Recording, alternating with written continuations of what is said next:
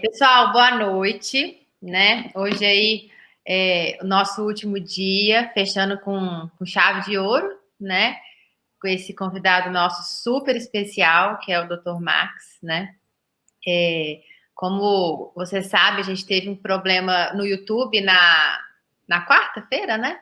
Na Quarta-feira. quarta-feira, e parece que foi um mundial no Brasil, né? Não foi problema nosso, graças a Deus. Mas o Max, ainda bem que ele se disponibilizou a dar essa palestra para a gente hoje, tá? Então, Max, mais uma vez, né, quero te agradecer, muito obrigado, né? Quando eu pensei nesse projeto, você foi uma das primeiras pessoas que me veio na cabeça, que não poderia ficar de fora de forma alguma, né? Para quem não sabe aí, eu conheci o Max através do meu marido, que também é veterinário. O Max, eles são contemporâneos de faculdade, né? E, e a partir disso eu comecei a conhecer o trabalho dele, né? E o reconhecimento dele aí vamos dizer, até mundial, né? Da competência dele, né? Então, vou falar o extenso currículo do Max, né? Mas acho que a gente tem que falar aí com todas as letras, porque é de bater palmas mesmo, né? Então, o Max, gente, ele é médico veterinário, formado também pela UFMG, tá?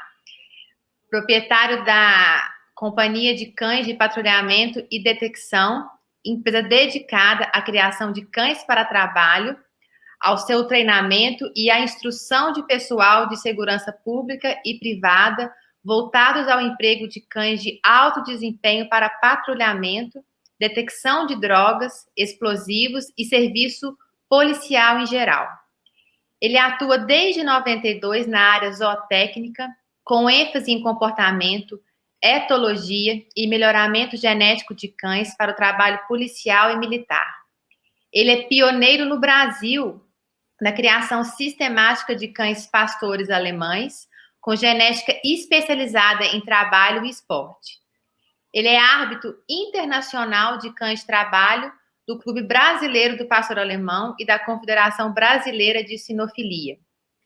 Primeiro-tenente veterinário da Reserva do Exército Brasileiro, serviu à Força Terrestre como oficial veterinário de 2001 a 2008. Especializado em cães de patrulhamento e de detecção, compôs a primeira equipe nacional de condutores de cães de detecção de explosivos da Força Nacional de Segurança Pública em 2005. Ele continua atuando como instrutor de treinamento de cães de serviço policial para as Forças Armadas, tanto Marinha, Exército e Força Aérea, e demais instituições policiais por todo o Brasil. Competiu em mais de uma dezena de campeonatos brasileiros de adestramento, com importantes colocações, sendo selecionados para representar o Brasil nos campeonatos mundiais de cães de trabalho, WFV. 2009, tá? Na Alemanha, e em 2011 na Ucrânia. Disputou pelo time brasileiro o Campeonato Mundial de Cães de Trabalho, também pela WSV 2009, na Alemanha, posicionando em 12º lugar geral por equipes. Desenvolve trabalhos enfatizados na área de cognição e da agressividade canina. Conduz no momento experimentação relativa aos efeitos do treinamento na redução do estresse em cães, avaliando parâmetros fisiológicos e comportamentais. Então, muito bem-vindo e muito obrigado mais uma vez, tá, Max? Vamos lá? Tá, joia. Graças a Deus que hoje está dando tudo certo. Tá todo mundo conseguindo me ver, conseguindo me ouvir. Você está me vendo e ouvindo perfeitamente? Então, vamos lá. Eu comecei a contar um pouquinho da minha história. Eu acho que talvez seja necessário, vou tentar contar de forma resumida e acelerada para as pessoas que estão nos assistindo entenderem como que eu cheguei aqui e como que tudo que eu adquiri em termos de conhecimento no decorrer desses anos pode ser útil não só para a minha área de dedicação, como também para todas as outras áreas relativas ao comportamento e o convívio dos cães em nossas casas. Eu nasci ligado aos animais, eu sou de uma família muito ligada ao ambiente rural, então nasci indo para a roça todo final de semana, feriado, etc., desde pequenininho, envolvido com animais, entre eles os cães, né? Mas os cães nunca foram o animal de eleição da minha vida, não. Eu sempre gostei muito de cavalo, cavalo foi o meu primeiro. Mas no decorrer da minha infância e juventude, eu transitei fases de empolgação, né? Fora do cavalo. Uma época era galinha, outra época era passarinho, sempre gostei de aves silvestres, taxonomia, decorar os nomes científicos, e os meus presentes de aniversário e Natal e Dia das Crianças sempre foram relacionados aos animais. Uma época era uma chocadeira para poder chocar ovos, outra época era um viveiro para poder criar os pintinhos, uma época era uma cela para poder montar cavalo, sempre meus presentes eram isso. E é interessante que eu sou meio acumulador, eu gosto de guardar as coisas antigas, sobretudo documentos históricos, e eu achei recentemente um teste vocacional meu aos 13 anos de idade. No meu teste vocacional eu estava lá, enquanto a garotada não... É normal, é o mais comum, né? Não ter muita certeza do que vai fazer. Eu nem respondi tudo, eu já cheguei na última pergunta, você já sabe o que vai ser? Eu falei, veterinário. Então isso era muito claro na minha vida. Na última fase da minha juventude, principalmente dos 12, da minha adolescência, né? Dos 12 até os 15, 16 anos de idade, o meu foco era cavalo. Eu passei uma fase de completa loucura por cavalo, por montar cavalo. Eu nasci montado a cavalo, mas essa época foi a época principal. E, assim, muito focado na questão do treinamento. O treinamento é algo que me fascina. E aí eu extrapolo até para o treinamento de pessoas. Hoje, uma das minhas ênfases é o treinamento de pessoal. Treino soldados, militares do Brasil inteiro, já tem muitos anos que eu trabalho com isso, né? O treinamento de crianças, eu tenho 3 filhos e a gente vê como que a pedagogia é algo fascinante, sobretudo hoje que o meu conhecimento sobre as questões da cognição tem cada vez mais se desenvolvido na área científica e a gente vê a quantidade de correlação que há entre a pedagogia humana e a pedagogia animal e a pedagogia canina, que é a minha espécie de trabalho desde os 16 anos de idade. O fato é que com 14 anos de idade, eu ainda estava muito focado em cavalos, eu ganhei do meu pai algo que meu pai me prometia há muito tempo, que era uma cadela pastora alemã. Ele ganhou de um amigo dele e eu gostava muito da cadela, mas era mais uma dos meus animais e fazia parte ali do ambiente que eu era criado. Foi quando daí um tempo eu estava no 2º ano científico e um colega meu de sala empolgou com o adestramento, ele treinava a cadela dele, ensinava uns truques para ela, e depois da aula de tarde ele passava lá em casa para me mostrar o que ela sabia fazer. Eu não tinha muita paciência no início não, mas aos poucos eu fui achando interessante a cadela dele aprendendo, e ele, não sendo um profissional, né, ele comprava livrinhos e ia ensinando, e eu fui achando interessante aquilo. Daí um tempo eu consegui cruzar a minha cadela com um cão de um colega meu de colégio. E aí nasceu uma ninhada. Dessa ninhada, eu separei para mim um cão que marcou toda a minha vida. Quem quiser conhecê-lo, ainda tem alguns vídeos dele que eu coloquei no YouTube, vídeos de 93, 94, 97, porque o Apache foi o grande ponto de inflexão na minha vida.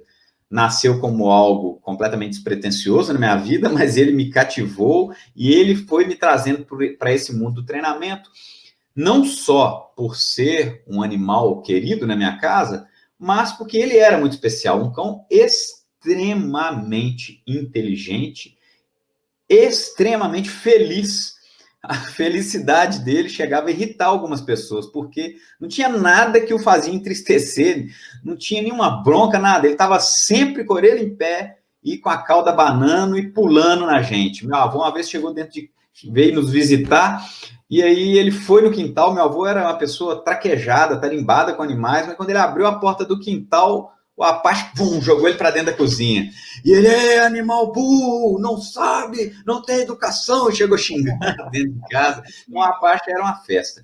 E aí, nesse meio tempo, o Apache tinha uns 5, 6 meses, eu quis cruzar a minha cadela de novo, e aí eu resolvi procurar nas páginas amarelas dos catálogos, né? E aí lá eu descobri que existia um clube, a Sociedade Mineira de Cães Pastores Alemães, que era o clube que coordenava a criação dessa raça aqui no estado de Minas.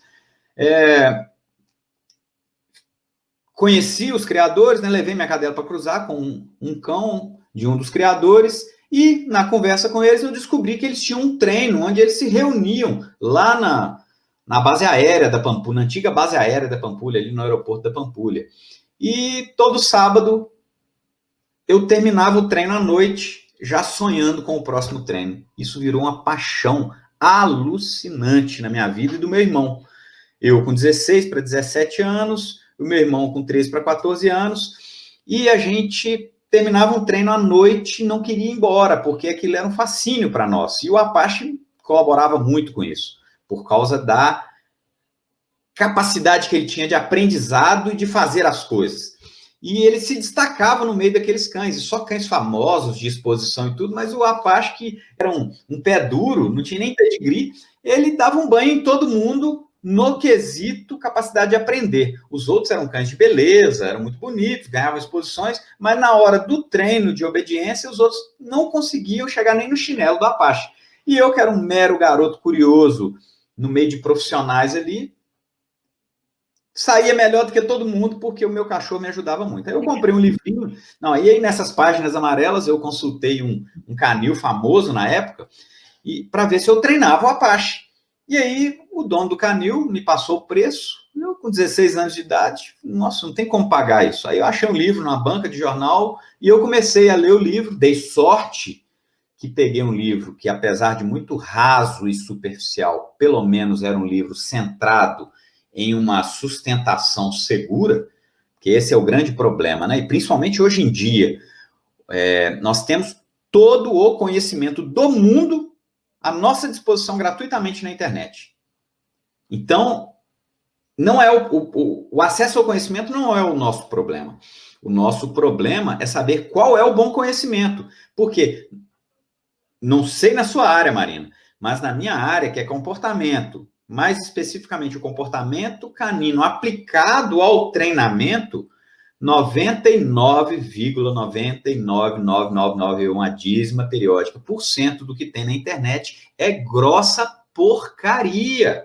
É impressionante. Então, o desafio para mim, como professor, como instrutor, e para o público leigo que quer ter acesso a conhecimento, é justamente eu conseguir acordar as pessoas e conseguir mostrar uma rota segura e as pessoas conseguirem ter acesso às pessoas que podem levá-los a um porto seguro, porque é terrível. Naquela época, a gente tinha o problema de achar o conhecimento certo, mas a gente tinha um problema maior, porque não tinha o bom conhecimento. Eu, por sorte, achei um livro, que era um livro raso, como todos da época, mas pelo menos ele vinha do Clube Alemão, do Pastor Alemão.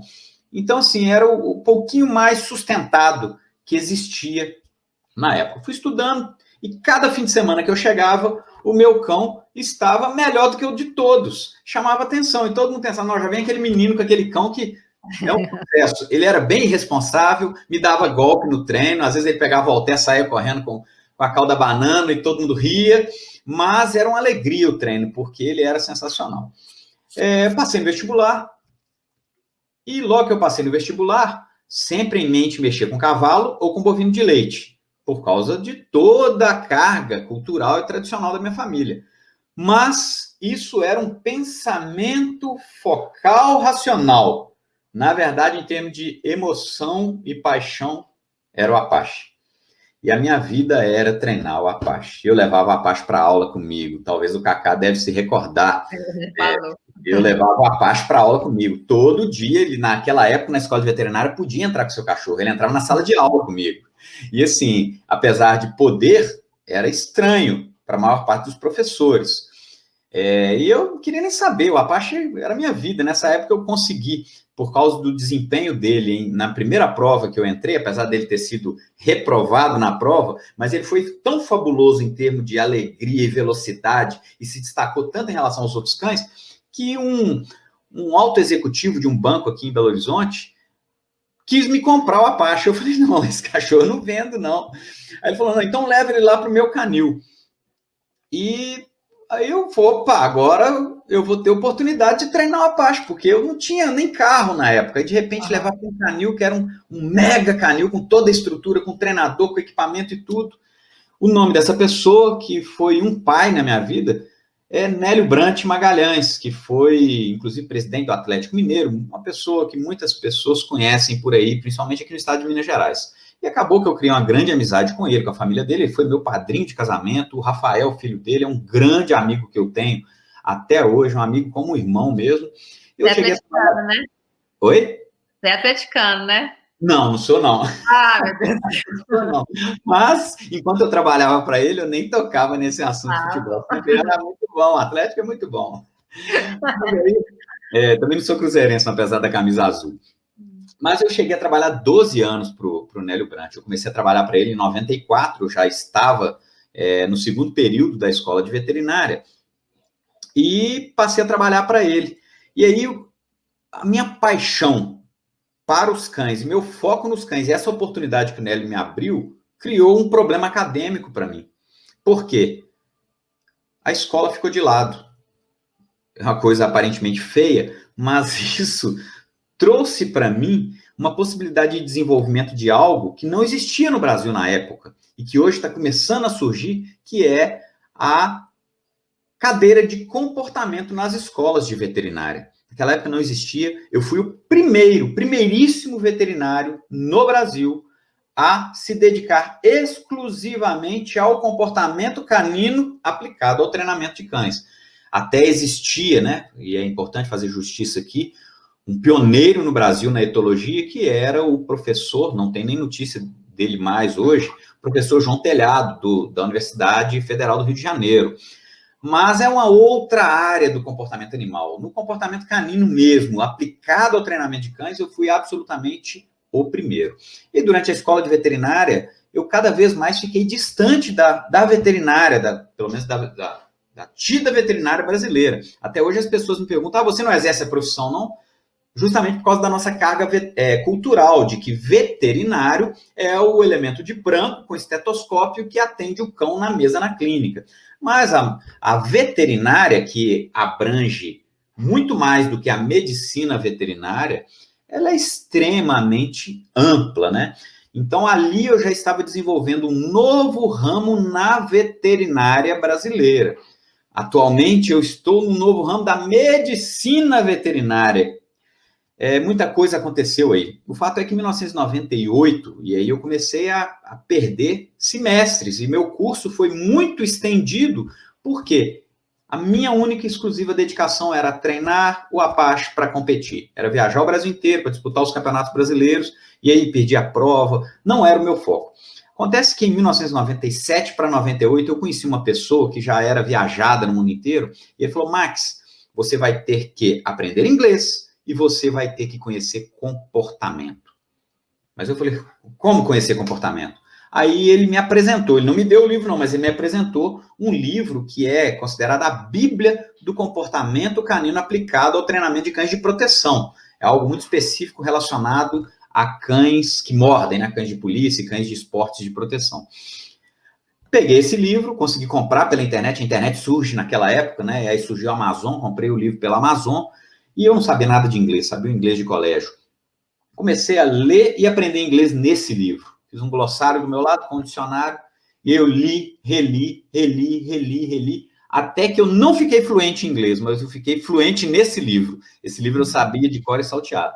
Daí a pouco comprei um novo livro que eu consegui achar na internet, e aí que fundi a cabeça com um novo inglês desse livro, com um novo vocabulário, e assim fui me desenvolvendo no inglês e no comportamento. Porém, esses livros eles eram muito especializados, no comportamento muito aplicado ao treinamento de cães de alta performance. Mas ali, nas referências bibliográficas, eu vi um novo mundo. E aí, eu descobri, nas prateleiras da biblioteca da Escola de Veterinária, muitos livros empoeirados, porque não criavam nenhum tipo de interesse nos veterinários e nos alunos da época.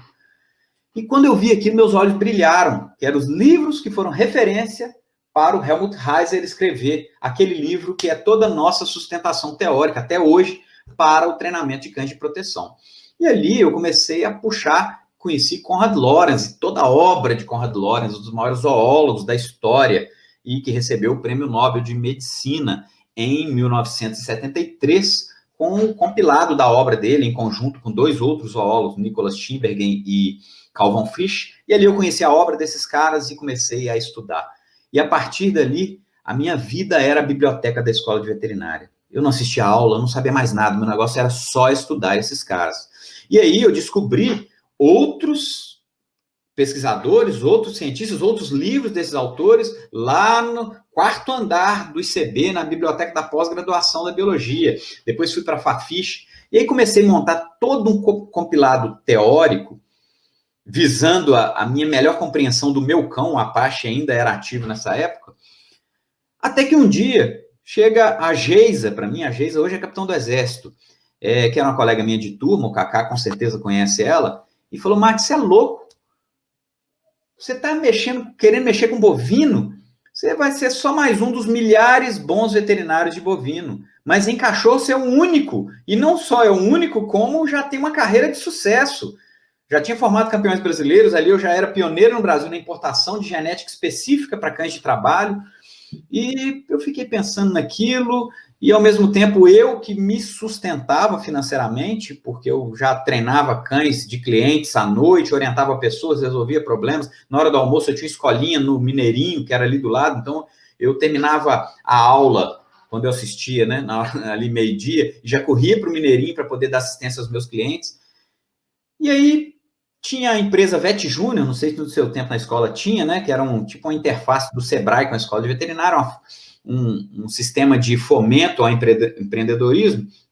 E o Paulo, que era um colega também de outro período, falou, Max, vamos montar um curso de comportamento para ensinar os alunos da escola de veterinária? E aí eu peguei aquele compilado meu, organizei de forma didática e assumi o desafio de ministrar o primeiro curso para alunos. E o curso foi sucesso total. Daí, no próximo semestre, o Paulo, Max, vamos fazer de novo. E é lógico, né, que o dinheiro começou a entrar, eu comecei a pagar minhas contas e comecei a ver que eu podia ganhar dinheiro com a minha maior paixão. E aí, ganhei mais um dinheiro. Paguei meu cartão de crédito, paguei meu cheque especial, e daí a pouco a Polícia Militar do Espírito Santo me chamou para ministrar esse curso lá. E aí, pronto, esse meu curso começou a ficar famoso, porque era o primeiro curso no Brasil organizado, teoricamente, tratando de assuntos que eram do interesse não só de estudantes de veterinária, mas também dos treinadores, que treinavam puramente em cima de aprendizado prático, sem nenhuma sustentação teórica. E como eu tinha essa capacidade intelectual, por ser da área médica, e por ser um treinador na prática, muito experiente já, não obstante minha pouca idade, eu comecei a treinar muito cedo, né? Muito diferentemente da maior parte das pessoas. Então, eu já com 26 anos de idade, era um mega experiente treinador e médico veterinário. E aí, eu resolvi seguir o conselho da Geisa e definitivamente abandonei a minha ideia louca de mexer com bovino. Para tristeza do meu pai, coitado.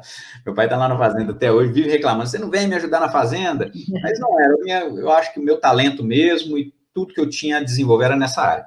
Entrei para o Exército em 2000 e fui levar para as Forças Armadas todo esse conhecimento teórico da etologia e do behaviorismo, aliado à minha experiência como treinador e como competidor de alta performance, para a gente tentar agora incrementar o serviço policial militar com cães no Brasil. Dentro do Exército, foi um grande desafio mudar paradigmas em cima de uma instituição milenar, e em 2003, um conjunto que eu formei foi, pela primeira vez na história do Exército e das Forças Armadas, campeão brasileiro militar.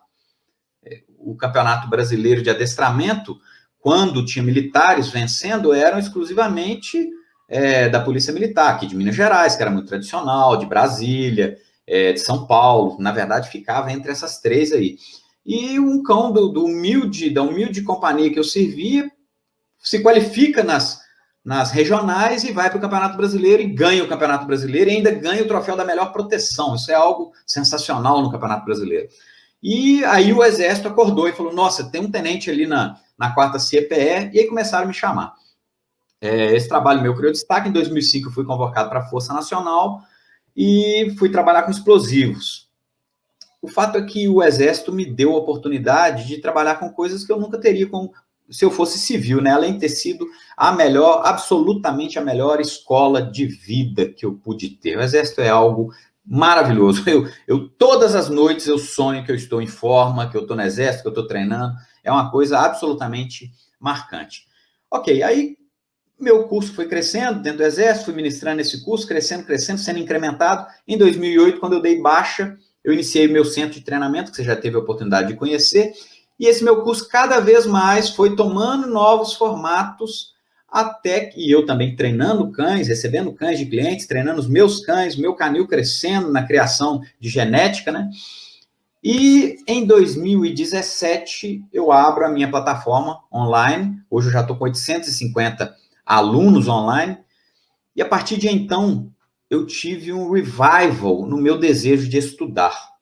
Eu tive um lapso de tempo aí de quase uma década mais focado no treinamento, né? Mas isso tudo que eu plantei lá em 98, 99, 2000, eu retorno agora quando eu volto a me dedicar e me redescubro dentro da ciência. E aí eu descubro o quanto que a neurociência é importante para a minha área, o quanto que a neurofisiologia é importante e apaixonante para mim. Aí eu me recordei das aulas da Umeko e da Kyoko lá no ICB, em 1994, ela falando do reflexo condicionado, do arco reflexo. Aí eu fui recorrer ao meu empoeirado livro do Cunningham, e aí eu fui descobrir o quanto que a neurologia é importante para mim. Retomei os meus estudos e, de uns 3, 4 anos para cá, a minha dedicação à área da cognição, à área da agressão, retomou, né, mas de uma forma muito mais profunda, muito mais madura, e, inclusive, depois eu entrei no mestrado e continuo ainda na minha fase de experimentação. Tem um trabalho muito especial, que é lógico, tem um peso de motivação para mim, muito influenciado por tudo que eu tenho de história para os meus propósitos pessoais, mas ele traz um peso para a ciência e para o bem-estar animal, sobretudo bem-estar canino no Brasil, muito grande. Lógico, né, vai depender da conclusão do trabalho, mas nós já temos resultados preliminares do processamento das amostras. Se eu tendo um tempo aqui, eu vou narrar um pouquinho de como foi essa minha experimentação, que só faltam alguns detalhes para a gente poder encerrar e publicar. Mas vamos lá. Qual é uma grande questão que nós temos no Brasil? Nós temos que compreender as questões históricas. Por que cada um, eu tenho certeza que cada um espectador aqui, se não viveu, conhece alguém que vive algum problema de relacionamento ou problema comportamental do cão na sua casa. Mas de onde nasce isso, basicamente? Nós temos aí uma espécie que convive com o ser humano pelo menos há 15 mil anos. Isso aí eu falo com base nas correntes mais importantes da arqueologia e da genética comportamental que defendem isso. É lógico que existem algumas outras correntes. O fato é que o cão é a espécie que mais foi influenciada em sua seleção genética pelo homem. Nenhuma outra espécie sofreu uma pressão seletiva humana tão grande quanto os cães. Basta a gente pensar que, na mesma espécie, Canis lupus familiaris, nós temos desde um dog alemão até um pinscher. Nós temos desde um dog alemão tigrado, sei lá, não entendo de dog alemão, até um pinscher branquinho ou preto. Então, assim, a gente tem a maior variedade possível morfológica e comportamental, tudo em uma espécie só. Isso devido aos milênios de convívio e pressão seletiva do homem. O cão tem uma outra importância muito grande, que alguns estudos mais recentes têm apontado que não só o cão foi influenciado em sua seleção genética nesses 15 milênios, talvez, pelo homem, mas que o homem talvez tenha sido influenciado geneticamente pelos cães. Então, seres humanos foram, geração após geração, influenciados geneticamente pelos cães. Então, é uma coevolução. Coevolução. Não estou tratando aqui da teoria da evolução, antes que alguns me interpretem mal. Mas eu estou tratando de evolução num prisma muito mais simples. É lógico que nós sofremos alterações genéticas em poucas gerações de acordo com as formas reprodutivas que nós temos, tal como os animais. E é muito impressionante saber que boa parte, pelo menos na genética comportamental, que é uma ciência bem recente, já tem se descoberto uma quantidade considerável de genes nos cães com os seus análogos ou correlatos humanos. E, inclusive, psicopatologias humanas são encontradas nos cães, diferentemente dos roedores, que até então eram os animais de eleição para experimentações comportamentais em laboratórios, em que boa parte das psicopatologias necessitavam de uma indução artificial. Já os cães não, eles têm isso naturalmente porque eles compartilham de genes muito similares aos nossos. E é exatamente por isso que na ciência do comportamento mais recente, principalmente na ciência da psicologia comparativa, cada vez mais os cães têm sido eleitos como o animal de estudo quando se quer compreender melhor o comportamento humano. Mas os cães têm mais do que isso, né?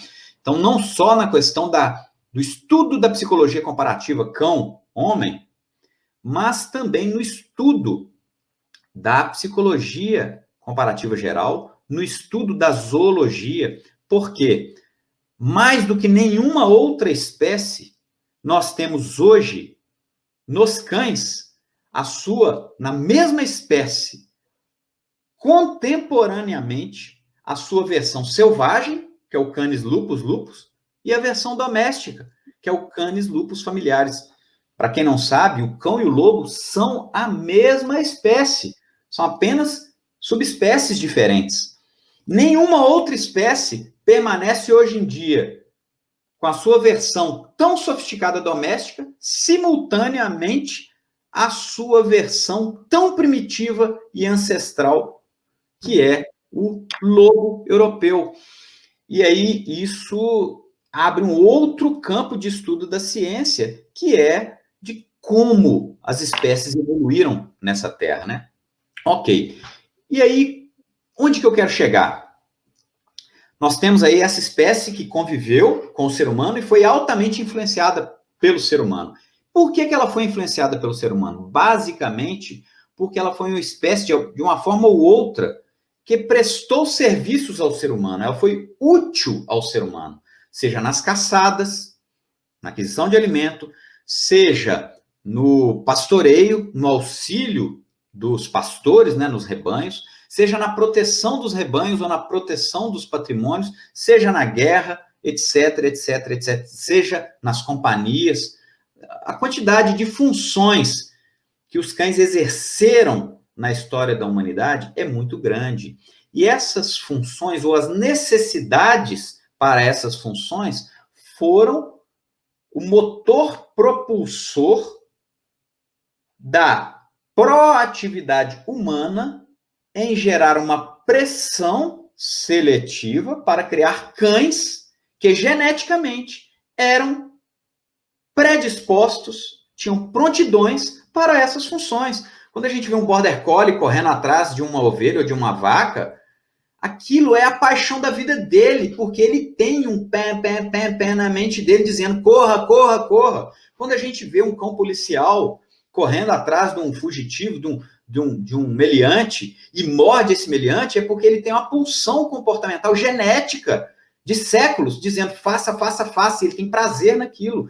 Quando a gente vê um cão entrando numa toca para caçar, e qualquer outra coisa que a gente vê os cães fazendo, que vem de séculos atrás, é porque, causado por seleção genética, mais artificial do que natural, mas é lógico, né? Seleção em cima de genes ancestrais que os predispunham a isso, faz com que esses cães não só tenham facilidade para essas atividades, mas como eles tenham prazer nessas atividades. E aí, quando a gente destitui os cães da possibilidade de exercer essas atividades, a gente tira deles o prazer na vida. Então, aí começa a nascer os nossos problemas. Nós passamos por uma incompreensão muito grande do que é bem-estar animal. Inclusive, nós vemos aí o tal das 5 liberdades, que é uma narrativa horrível do que seria bem-estar animal, e já é algo ostrácico no mundo evoluído do bem-estar animal. E aqui no Brasil, algo que já se tornou ostrácico, nós estamos comprando essa ideia agora. Porque o importante não é um animal que não sofra estresse, o importante não é que o animal não sofra dor, o importante não é o animal ser livre de desconforto, não. Quem conhece a tal das 5 liberdades, aquilo ali é a maior falácia de todos os tempos. Se a gente não tiver estresse, nós não vivemos, nós não modificamos o nosso comportamento. O estresse é fisiológico. Se nós não formos expostos ao desconforto, nós vamos amanhecer com a pneumonia hipostática, porque é a sensação de desconforto que nos move a virar de lado. Se a gente não sofrer dor, nós vamos queimar nossa mão no fogão, que é o que faz quem tem lepra, hanseníase, queimar e ter mutilação. Se a gente não passar por essas coisas que são fenômenos fisiológicos para a nossa proteção, nós não vamos viver. E a visão realmente científica do que gera bem-estar é vida que vale a pena. O estresse, por exemplo, que é uma das coisas que as pessoas mais falam, sem ter a mínima noção do que é o estresse, o problema não é o agente estressor. Não, o agente estressor, ele é importante para a vida. Se a vida for feita só de emoções de valência positiva, é uma vida monótona e que leva à depressão. Nós precisamos de emoções de valência negativa também na vida. A questão é o balanço entre o negativo, o estressor e o motivacional. Se nós tivermos um adequado balanço entre essas duas coisas, nós teremos uma vida que vale a pena. Se nós tivermos só estressor, nós teremos uma vida, e aí a gente entra na endocrinologia, nós teremos uma vida com problemas imunológicos, com problemas de doenças autoimunes, com problemas hepáticos, problemas renais, etc., tudo causado pela descarga sucessiva e prolongada do cortisol endógeno. O problema não é o estressor, o problema é o indivíduo ser gestor da sua própria situação e do seu próprio sucesso. Se o indivíduo é capaz de se ver livre por si só do estressor, isso traz bem-estar. Se o estressor se o indivíduo não é exposto ao estressor, sem que ele tenha a capacidade de se livrar dele, e por tempo prolongado, esse é que é o problema. Agora, a presença do estressor no sistema de vida do indivíduo não faz mal, pelo contrário, faz bem. Isso é cada vez mais claro.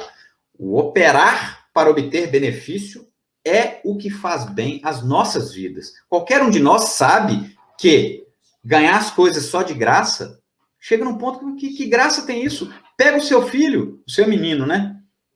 Menino. Então, pega o seu filho, dá tudo de graça para ele até 30 anos de idade. Você vai ver o que você vai transformá-lo. Se é óbvio para as crianças, Por que não para os cães? E aí a gente entra numa modificação de paradigma completa. Hoje, entre as pessoas no mundo evoluído da criação de cães, a pior coisa que se pode fazer para um cão, isso é ponto passivo já, é comida de graça na panela, nos horários prescritos, na quantidade prescrita. Os melhores zoológicos do mundo, que já têm avanço no enriquecimento ambiental e no entendimento de bem-estar animal, eles têm sempre um dia da semana que não alimentam os animais. É lógico que os animais nunca sabem qual será esse dia. Não tem horário para alimentar, nem uma forma clara de alimentação. Cada hora o animal vai ter que encontrar alimentação em um ponto do seu recinto. Mas nós, como veterinários, temos prescrito o quê? Então, você vai ter que dar 300 gramas por dia, dividido em 3 porções, em tal horário, e tem que ser no horário certo. Gente, isso é o fim. Um filhote, ele nasce, ele luta para chegar ao teto, e é nessa luta em que há a estimulação do seu arco reflexo, a estimulação da criação de novas terminações nervosas neuromusculares e a sua realidade no sistema nervoso central de novas terminações nervosas interneuronais. Isso vai gerar um indivíduo cada vez mais capaz de solucionar problemas. Aí o que a gente faz quando tem um filhote? Pega ele e põe ele para mamar. Eu comecei a destruir a vida criativa e de gestora do próprio sucesso dele. Mas aí ele vai lá e disputa com os irmãozinhos dele pela ração. Até que um belo dia esse filhote vai para uma feliz casa, e aí o proprietário, tutor, como queiram chamar, que ama o seu cãozinho, compra a ração mais cara e no horário previsto dá a ração para ele. Ele fala, ei, que isso? Eu nunca ganhei ração de graça. Lá na minha mãe com os meus irmãos eu tinha que lutar e agora é de graça. Em poucos dias você inativa a capacidade criativa do cérebro dele. E é exatamente por isso que as pessoas falam, não dá para ensinar meu cão com comida. Por quê? Porque ele não tem interesse pela comida. Mas é lógico, você inativou o cérebro dele. E aí tem que se criar petiscos, guloseimas, que sejam cada vez mais palatáveis para cada vez mais tentar atrair a atenção do cão para aquilo que se quer ensinar. Quando, na verdade, na natureza, não tem, o lobo não escolhe o que ele vai comer, ele tem que comer. Então, assim, é tudo uma questão de quebra de paradigmas. E aí, no Brasil, a gente vem de uma cultura de etnias e sociedades que não tem o cão como participante, como integrante das nossas culturas. Seja a cultura indígena, seja a cultura ibérica, os portugueses e espanhóis que tanto nos influenciaram, seja a cultura africana. Então, nós somos um caldeirão de mistura desses 3 povos. Qual desses 3 povos tem o cão como integrante da cultura? Nenhum. Aí a gente é formado como um povo, sobretudo rural, que tinha cães, é lógico, na fazenda, mas o cão, ele ficava lá de fora. Ninguém tinha problema com o cachorro. O cachorro tentava entrar na cozinha, a dona de casa lá chegava, racha para lá, e com a vassourada no traseiro dele, ele ia para lá. Só que, o fazendeiro, quando saía para campear o gado, ou saía para a lavoura, o companheiro dele, que era o cão, ia junto. E aí, lá no gado, ele fazia aquele trabalho impulsionado, impelido pelas pulsões comportamentais dos genes dele. E ele voltava de noite cansado.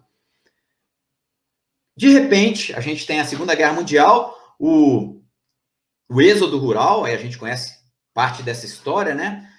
O Brasil cria aquele convênio com os Estados Unidos para poder apoiar os aliados, manda a Força Expedicionária Brasileira, os Estados Unidos suportam o Brasil investindo e criando as siderúrgicas, né? A CSN é um exemplo disso. Aí Getúlio Vargas estimula a saída do povo do campo para ir para a cidade, para servir de mão de obra, para essa nova fase do Brasil desenvolvido. E aí nós, como pessoas de bom coração, pessoas do campo, temos uma ligação atávica com as coisas do campo. Como que nós vamos minimizar essa saudade do campo? Trazendo conosco alguns pontos de ligação com as nossas reminiscências campestres. E aí a gente tem cães, passarinhos na gaiola, gatos, etc. Só que, no campo, o cão dormia solto. De manhã, quando o fazendeiro saía para trabalhar, o cão ia junto com ele e trabalhava junto com ele. De noite, o fazendeiro voltava, ia dormir e o cão ficava ali. Ou dormia de cansado, ou quando estava ativo, saía, ia caçar, ia fazer alguma coisa. Mas, de repente, agora você pega esse cão e traz para um ambiente confinado. Primeiro, inicialmente, casas. Já diminuiu. E agora, o dono dele ali, ele sai para trabalhar e o cão fica em casa. Mente vazia, oficina do diabo. E aí o bichinho fica ali, ele tem pulsões comportamentais. Ele não tem o que fazer. E aí as coisas pioram quando as cidades começam a se verticalizar. E os cães começam a ficar cada vez mais doentes. E nós também estamos cada vez mais doentes. E são pessoas doentes em cães doentes. Mas tudo causado por quê? Nós não mais fazemos as atividades tais como os nossos genes nos determinam. Nós não temos tempo de seleção genética para adaptar os nossos genes, que eram genes de caçadores, para que tenhamos genes que vivam bem nesse ambiente urbano atual. E os cães também, em sua grande maioria, ainda não tiveram tempo de seleção específica, exceto algumas raças, para que vivam bem dentro de um apartamento, dentro de um quarto. E aí nasce o problema. Como nós temos um problema, nós precisamos de um solucionador do problema. E aí surge a lacuna que cria a oportunidade profissional do treinador canino. Na Europa não existe treinador canino profissional. Por quê? Porque lá, sobretudo os povos setentrionais, o cão faz parte da cultura deles. Então, eles mesmos educam seus cães em casa. Então, o treinador, se bater de porta em porta lá, vai morrer de fome porque não tem emprego. Então, a origem dos nossos problemas, sobretudo no Brasil, está aí. Pronto. Falei um pouco sobre a questão da ativação ou inativação da mente do filhote. Vamos lá aos filhotes. Os filhotes, e aí eu falei sobre donos doentes e cães doentes. Mas nós temos que compreender que, no atual quadro, nós temos essa realidade, e essa realidade cria uma demanda de solucionador de problemas, sejam os treinadores, que surgiram no Brasil lá pelos anos 50, 60 e cada vez mais, de lá para cá, mas mais recentemente, a chamada medicina veterinária comportamental. A grande questão é que a medicina veterinária comportamental, ela tem, de uma forma geral, a sua ênfase na solução de problemas comportamentais. Mas a gente sabe que curar é muito mais complicado, mais caro e de efeitos menos eficientes do que a prevenção. Então, tal como nas outras áreas da medicina, nós temos que ter a parte preventiva para que nós não tenhamos esses problemas. E aí o lema que eu tenho é donos são e cães são.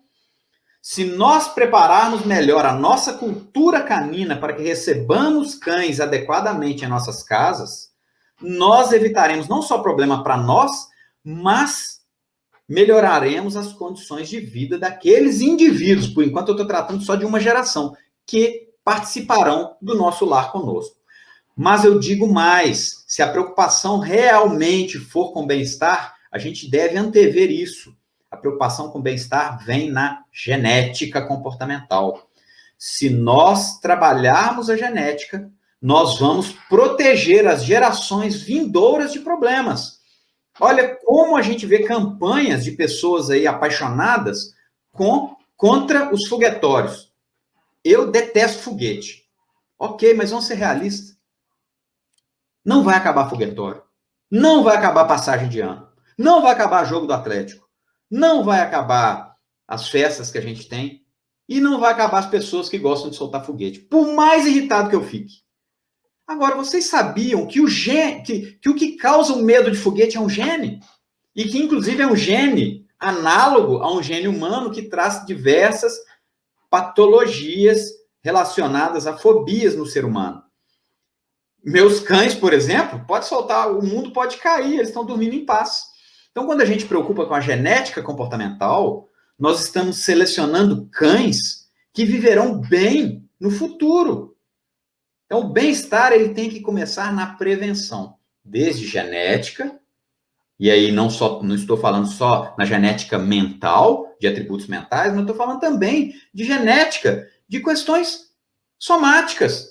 E aí, um dos exemplos, a displasia coxofemoral, a displasia de cotovelos, as diversas alterações de coluna, por exemplo, em raças grandes, existem diversos genes envolvidos nas predisposições a vértebras de transição, os diversos problemas de coluna, mielopatia degenerativa, que é uma doença que há poucos anos atrás, 4, 5 anos atrás, descobriu-se que, apesar de conhecermos muito bem na veterinária, na neurologia há muito tempo, trata-se simplesmente de uma doença causada por um gene autossômico recessivo, facilmente controlável, bastando a gente fazer o DNA dos cães que a gente tem, e só permitiu o acasalamento de cães que, nessa combinação, não gerarão cães homozigotos, né, que têm os dois genes que, conjuntamente, poderão desencadear nesse indivíduo, um indivíduo doente lá. Então, eu falei isso tudo só para demonstrar que o meu foco de trabalho é na prevenção de problemas,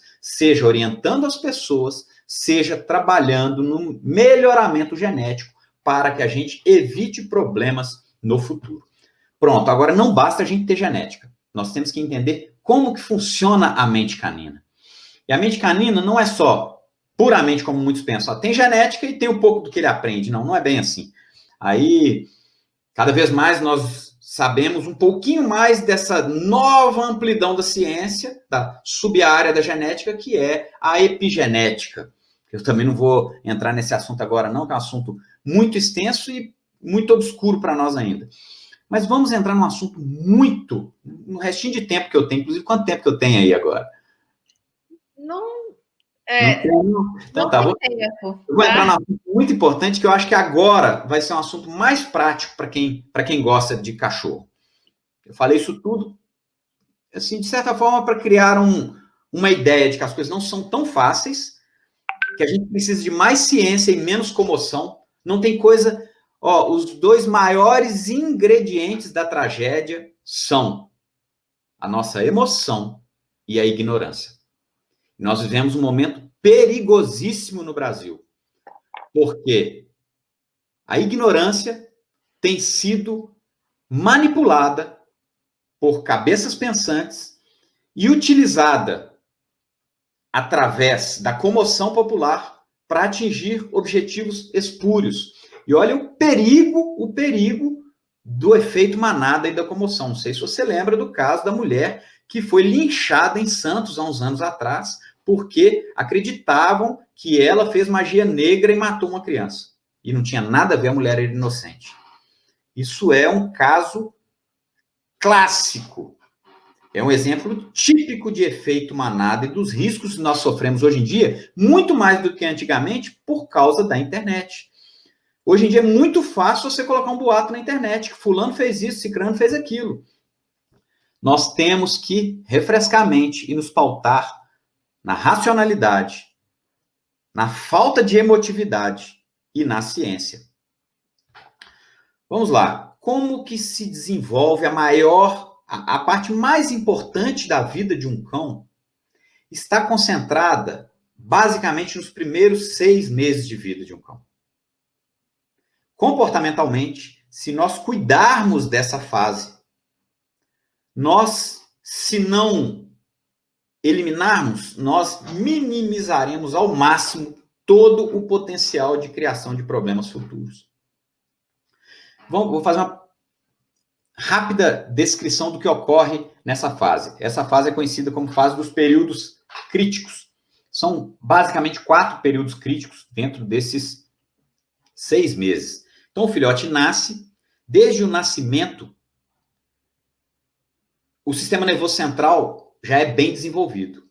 A grande questão é que, a partir do nascimento, um pouco antes do parto, inicia-se, mas o nascimento é o maior ponto de inflexão nisso. Inicia-se uma fase de extrema riqueza de um fenômeno denominado neuroplasticidade. A neuroplasticidade é um fenômeno onde as terminações nervosas se multiplicam, as ligações entre neurônios ou entre neurônios e fibras musculares se multiplicam, Isso se chama neurosinaptogênese. E a poda sináptica também ocorre no sentido de diminuir as terminações nervosas redundantes. Nesse excesso de criação de terminações nervosas, muitas são criadas em duplicidade ou redundantes. E aí, para economizar esforços e energia, o organismo tem um sistema de poda daquelas que foram criadas desnecessariamente. Então, esse conjunto de neurosinaptogênese, a criação de novas sinapses, e de poda sináptica é denominada neuroplasticidade. A neuroplasticidade acontece em todas as fases de vida de um ser vivo. Nós, agora adultos, eu, depois de velho, cabelo branco, tenho o meu potencial de neuroplasticidade, mas nada se compara a essa fase da primeira infância. Não é à toa que, se a gente resolver treinar, eu e Cacá, resolver treinar ginástica olímpica, a gente vai conseguir fazer alguns exercícios, se a gente se empenhar muito. Mas nunca nós vamos conseguir ser atletas de competição. Por quê? Porque nós hoje não temos a riqueza neuroplástica que tínhamos com 4, 5, 6, 7 anos de idade. Então, é exatamente por isso que é melhor a criança aprender novas línguas quando é pequenininha, porque a facilidade de multiplicação de novas terminações nervosas e de novas fibras musculares na boca e na língua se dá justamente na primeira infância. E a coordenação motora fina, diversos tipos de coordenação motora têm uma riqueza muito maior na primeira infância. E no cachorro, isso vai startar, tal como em nós, a partir do parto. A primeira fase se chama período neonatal. O período neonatal vai desde o nascimento até os 15 dias de vida. Período neonatal, para os mais desavisados, a única coisa que o cãozinho faz é mamar e dormir. Mamar e dormir. Mas não é só isso. Na verdade, a gente não vê a riqueza de multiplicação sináptica nesse momento. Então, quando o filhotinho ele sente fome, e aí começa. O animal não tem que ser livre de fome, porque a fome é o catalisador da vida. É sentirmos fome que nos faz levantar para a vida. Se nós estivermos repletos, nós vamos morrer de enfado. E aí o filhotinho sente fome e começa a farejar atrás do teto. Agora já começa o desenvolvimento dos receptores ligados às terminações nervosas na cana nasal e no desenvolvimento dos neurônios que vão comunicar o bulbo olfativo e o processamento das codificações olfativas. Então, é a primeira coisa que começa a acontecer nesse filhotinho. A segunda coisa é que ele sentiu o cheiro, ele sabe que é de lá, ele tem que se deslocar até o teto. A mãe não chega colocando o teto na boca de cada um. Ela deita num canto da toca ou da caixa. E o filhotinho, ele vai se deslocar. Esse deslocamento é o estímulo que ele precisa no confronto com o ambiente para que os seus músculos comecem a se desenvolver e para que comandamentos hajam para as terminações neuronais se desenvolvam. Cada habilidade terminal que nós aprendemos aqui confere uma realidade recíproca aqui dentro. Isso é muito importante para ele. Depois, quando termina o período neonatal, a gente vai para o período transicional, que é quando o filhote, basicamente, e o nome vem por isso, porque ele vai transitar do deslocamento rastejante para o deslocamento quadrupedal. Ele vai transitar dos ouvidos fechados para os ouvidos abertos. E ele vai transitar dos olhos fechados para os olhos abertos. O período transicional vai do 15º, 16º dia até o 21º dia, quando então ele percebe que existem outros além dele no mundo. Porque agora ele está com os olhinhos abertos e os ouvidinhos escutando um pouquinho melhor. E aí ele vê os irmãozinhos dele. Ele adentra agora o chamado período social, que é, dos períodos críticos, o mais importante. E o mais importante de toda a vida de um cão. Inicia-se aos 21 dias, de uma maneira bem delimitada, definida, mas ele se fecha como uma janela de maneira não tão definida, lá pelos 80, 85, 90 ou até 100 dias. Há uma variação atribuída talvez ao tamanho do indivíduo, à raça, à linhagem, etc. O que se acredita é que os cães maiores tendem a ter um período social um pouco maior. O que acontece no período social? Basicamente, no período social, ele criará, por uma forma de estampagem, é um fenômeno, um senso de pertencimento espécie específico. Em resumo, ele vai descobrir que espécie que ele é. Mais ou menos aquela cena do patinho que olha para o cachorro e fala, mamãe, mais ou menos aquilo que nas aves é denominado imprinting, mas nos mamíferos e nos cães é denominado janela social. Então, o primeiro fenômeno importante que acontece aí é o senso de pertencimento espécie específico. E aí, esse cão, ele normalmente, para ele ser criado saudavelmente do ponto de vista nutricional, ele tem que ficar ali com a mãe até os 35, 40, 45 dias. A questão é que ele já passou, durante esse período, uma fase de imersão no universo canino muito grande.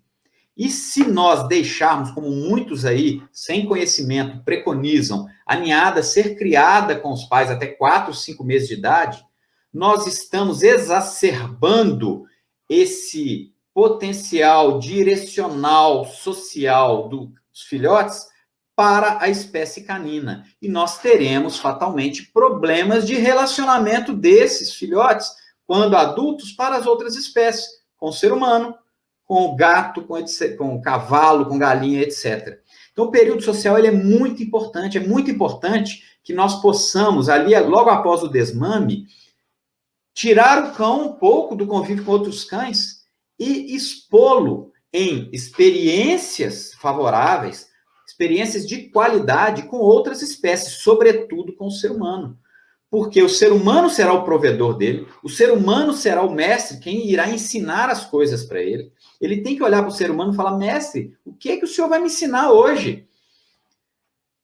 Se a gente não tem essa exposição adequada ao ser humano, esse cão poderá ser ou arredio demais com os seres humanos, ou agressivo demais com os seres humanos.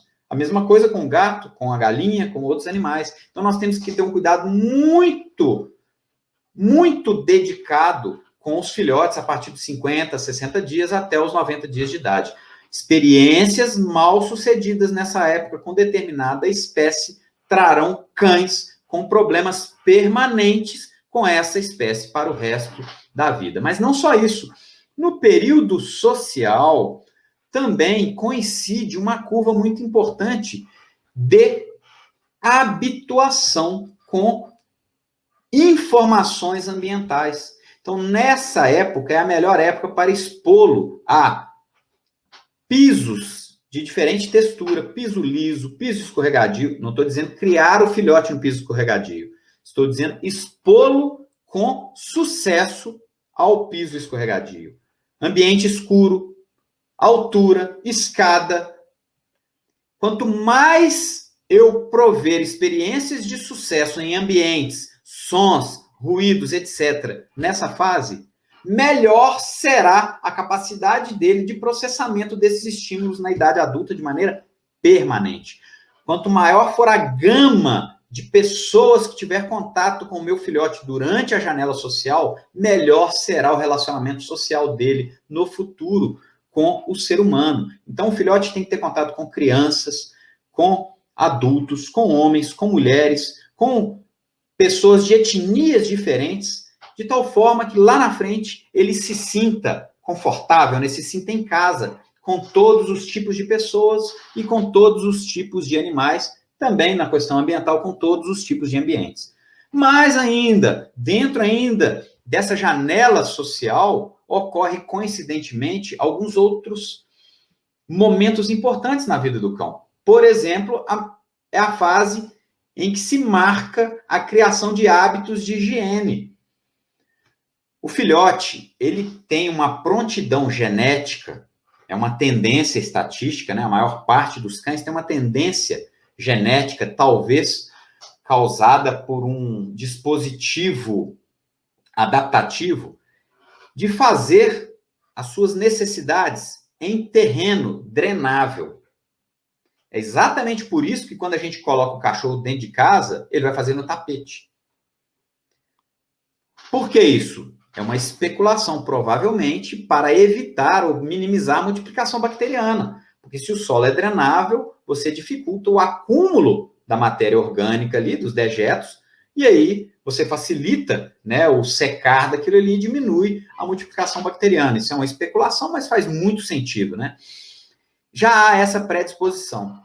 Se você propicia uma rotina com a possibilidade do indivíduo, sobretudo após as refeições, que é quando vem o reflexo gastrocólico, ter contato com um solo drenável que você o colocou ali, e ele fez xixi ali, fez cocô 1, 2, 3 vezes, e só depois de fazer você levar ele para passear ou para brincar ou fazer outra coisa, você terá marcado para o resto da vida dele fazer xixi e cocô só naquele tipo de solo.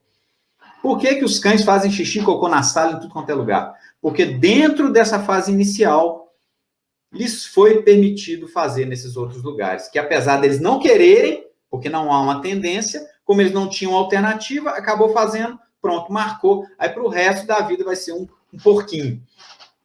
Aí nascem os problemas. Uma outra coisa acontece, de muita riqueza, nessa fase, é o desenvolvimento da coordenação motora.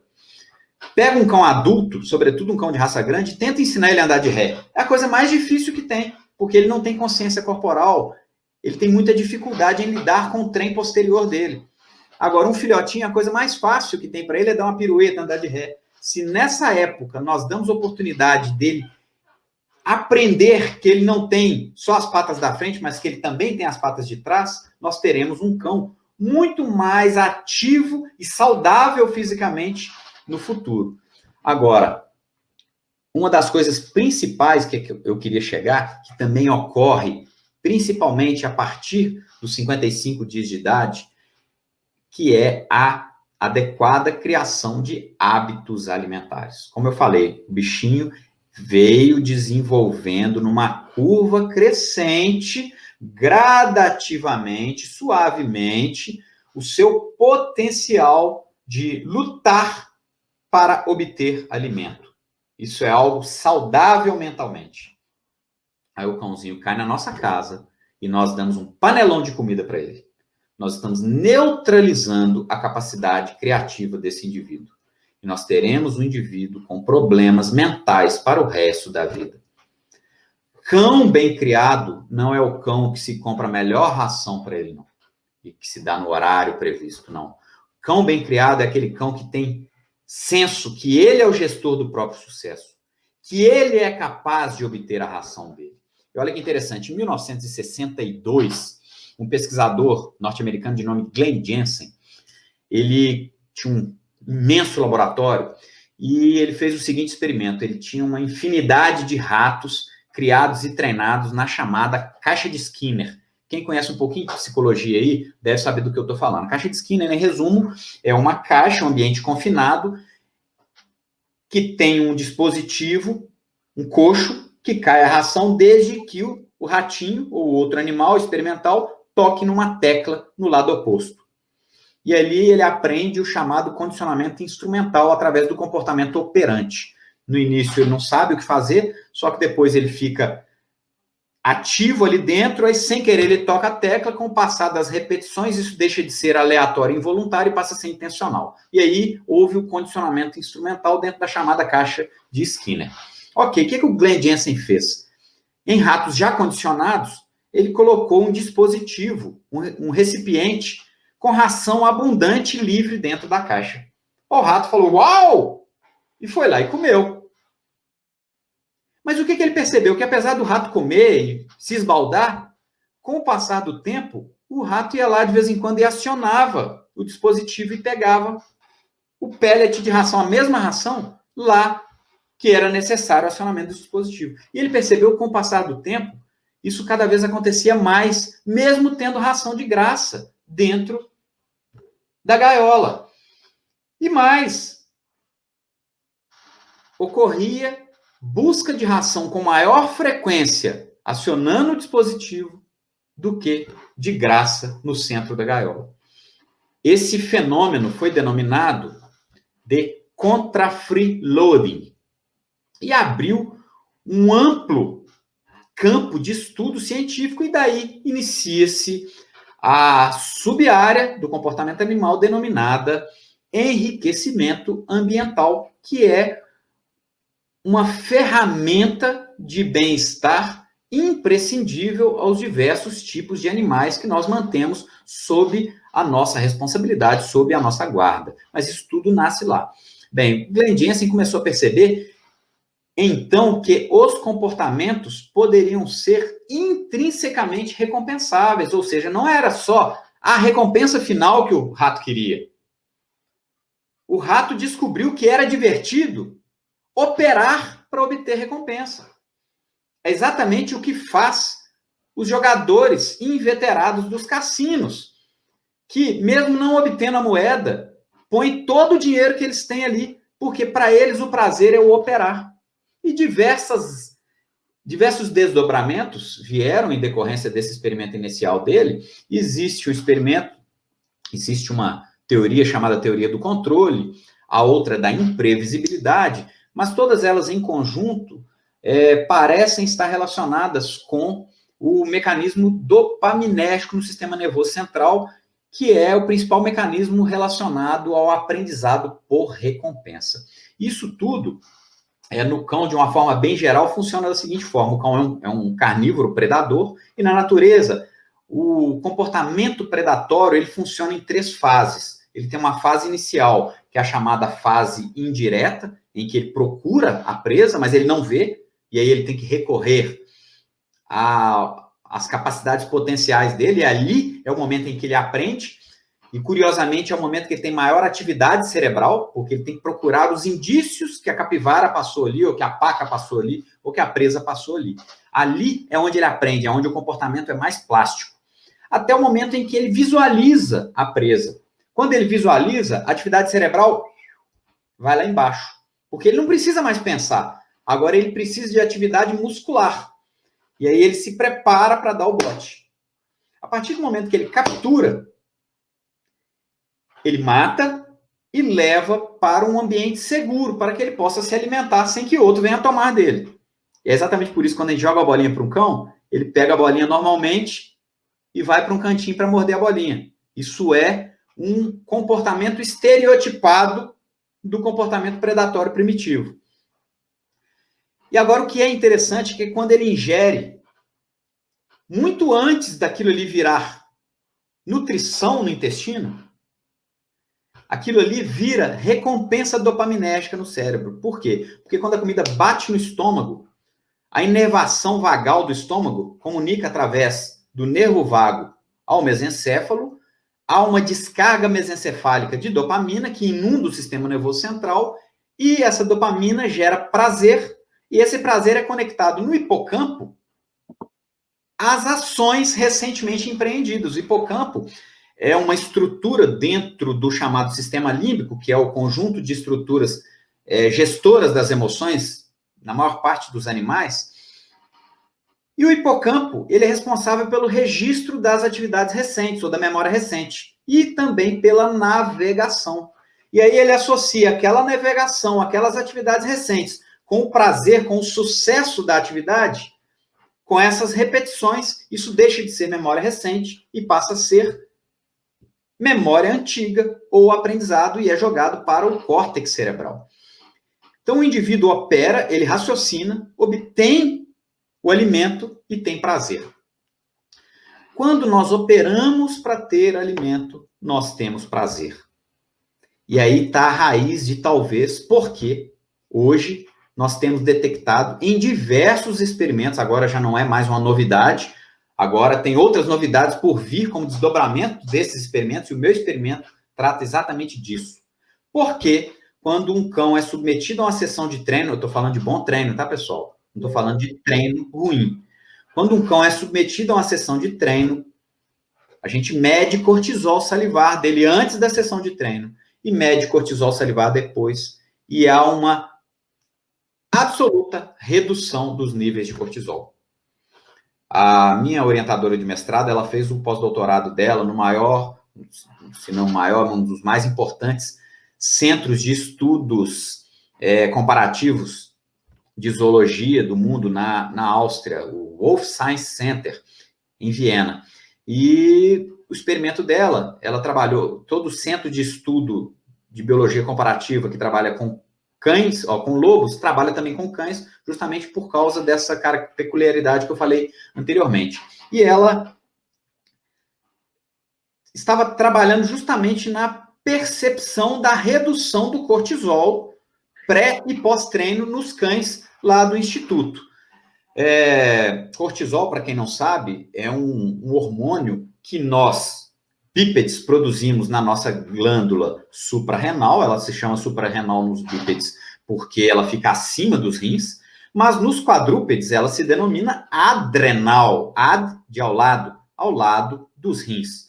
E entre os produtos que essa glândula produz está o cortisol. O cortisol é denominado o hormônio do estresse. Ele é estimulado pelo eixo HPA, regido ali pelo sistema límbico, que eu citei anteriormente, e ele está relacionado a uma reação de luta ou fuga. Toda vez que nós nos sentimos pressionados a lutar ou a fugir, nós temos um desencadeamento através do hipotálamo e hipófise, há um comandamento para que a adrenal, no nosso caso a suprarrenal, libere catecolaminas e o cortisol. O cortisol tem sido usado com muito sucesso, portanto, como o principal aferidor do estresse nos animais. E aí, uma surpresa inicial, mas não tão surpreendente, foi que os cães diminuíam o cortisol após sessões de treino. Então, era coletado saliva antes da sessão de treino e era coletado depois. E o cortisol tinha redução. Mas, isso comparado com cães que recebiam ração de graça. Aí ela fez isso com os lobos. E por incrível que pareça, a mesma coisa acontecia com os lobos. Os lobos que eram criados em situação semi-selvagem. Lobo que tinha que sentar, deitar, dar pata, rolar para poder ganhar comida, tinha redução de estresse quando comparado com os lobos que recebiam no recinto lá comida de graça. E aí o meu experimento, por orientação dela, foi de certa forma um desdobramento do dela, porém enviesado no meu propósito, que é a aplicação disso na minha área do treinamento. E nos processamentos iniciais, né, na verdade, todas as amostras já foram processadas, faltam novas fases ainda de complementação do meu experimento, ficou muito claro a redução do cortisol nesses cães que estão treinando. Então, o fato é que vida que vale a pena depende de operar-se para obter alimento. E a mensagem que eu deixo é: não dê alimento de graça para o seu cão. Isso é uma mudança de paradigma, é uma mudança de estilo de vida. As pessoas falam, mas como que eu vou fazer isso? Eu não tenho tempo. Tem sim. Se você vai dar comida para o seu cão, você vai pelo menos gastar tempo lavando a panela. Se ela já está lavada, é porque você lavou ontem, gastou tempo lavando a panela dele. Você vai ter que tirar a panela do armário. Começa a computar o tempo aí. Colocar a ração para ele comer, ficar esperando ele terminar de comer, depois tirar e lavar a panela. Nisso aí você gastou entre 5 a 10 minutos. Fora isso, você vai ter que ter tempo para brincar com ele. Você vai ter que ter tempo para passear com ele, porque se não tiver, você não pode ter um cão sob sua responsabilidade. Tudo bem. Se você tem que despender seu tempo com um período de alimentação e com um período de brincadeira, socialização, etc., por que você não integra isso de tal forma que ele sempre se alimente em atividades? E que não sejam atividades em que ele se alimente de maneira gratuita. E aí começa a modificação de vida para nós. Porque a nossa vida vai passar a ser também uma vida de criatividade, porque cada vez mais eu tentarei me tornar um expert em criar charadas para o meu filhote, para o meu cão, solucionar. E cada vez mais a mente dele vai ficar ativa em, hey, agora você trouxe mais uma coisa nova, eu vou te derrubar. E aí ele mata a charada. No que ele mata a charada, eu fico apertado, eu tenho que criar uma nova charada. E a vida melhora muito entre nós e os nossos cães. Até uma pergunta que um aluno me fez do meu curso online ontem. Ele perguntou, Max, eu tenho um cachorro que é um bulldog francês, que comeu na panela a vida inteira. Ele é preguiçoso, mentalmente preguiçoso, fisicamente preguiçoso, preguiçoso para comer. e não me dá problema em casa comportamental. Qual é o sentido de eu treinar o meu cão? Falei, bem, se no senso comum, se você compartilha do senso comum que treinar cão é simplesmente eu resolver um problema e tornar o meu cão um robô que deixa de se comportar daquela forma e agora ele resolveu o problema dentro de casa, não me incomoda mais, não tem necessidade de treinar mesmo, não. Mas é um pensamento muito medíocre. Porque se a gente pensa no bem-estar mesmo do cão, a gente tem que pensar que treino não é isso. O treino é dar para ele a oportunidade de exercitar-se, não só fisicamente, mas exercitar-se mentalmente. O exercício mental é o princípio do bem-estar. Opa, mas como isso é óbvio, tragamos isso aí para a experiência humana. Observem pessoas mais velhas que fazem atividades físicas, que leem, que viajam, que estudam outras línguas, como elas estão menos suscetíveis ao Alzheimer quando comparadas com pessoas que têm vida monótona. Se isso é tão óbvio para nós humanos, por que para os cães não é?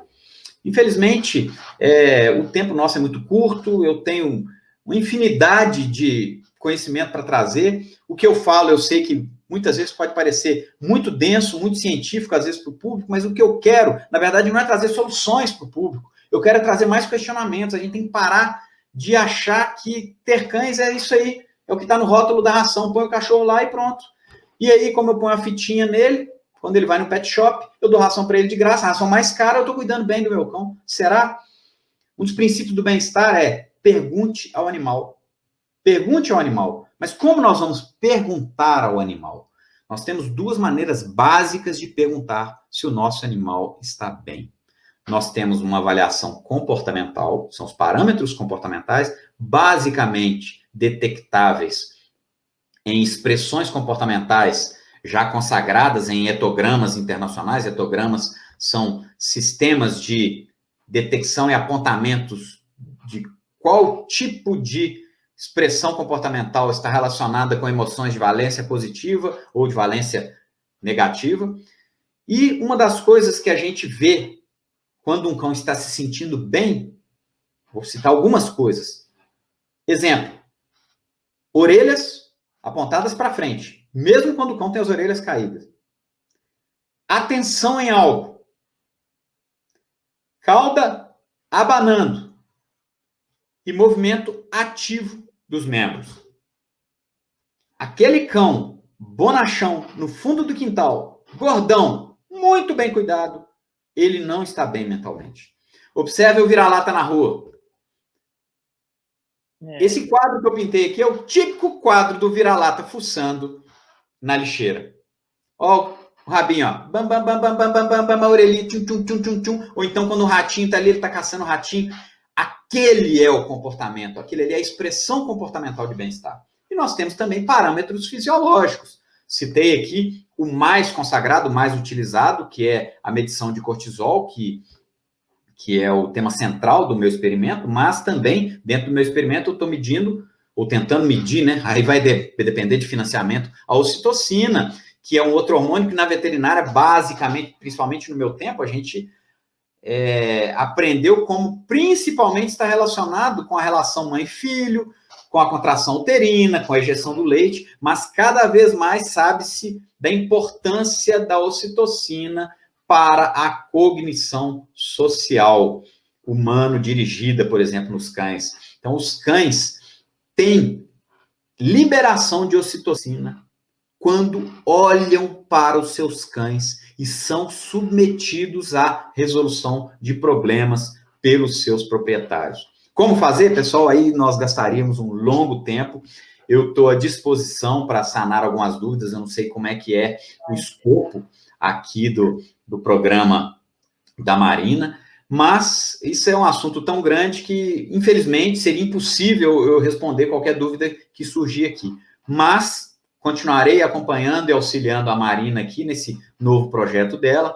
Eu tenho o meu projeto de ensino pela internet também, tenho o meu canal no YouTube, quem quiser conhecer, Max Macedo, o meu Instagram. No Instagram não sou muito bom, não, mas o meu canal no YouTube tem muita informação, tem minha página de ensino na internet, maxmacedo.com.br, e aí a internet nós temos conhecimento que não falta. A questão é o cuidado sobre qual conhecimento nós vamos buscar e nos livremos dos principais ingredientes da tragédia que eu citei anteriormente: a ignorância e a emotividade.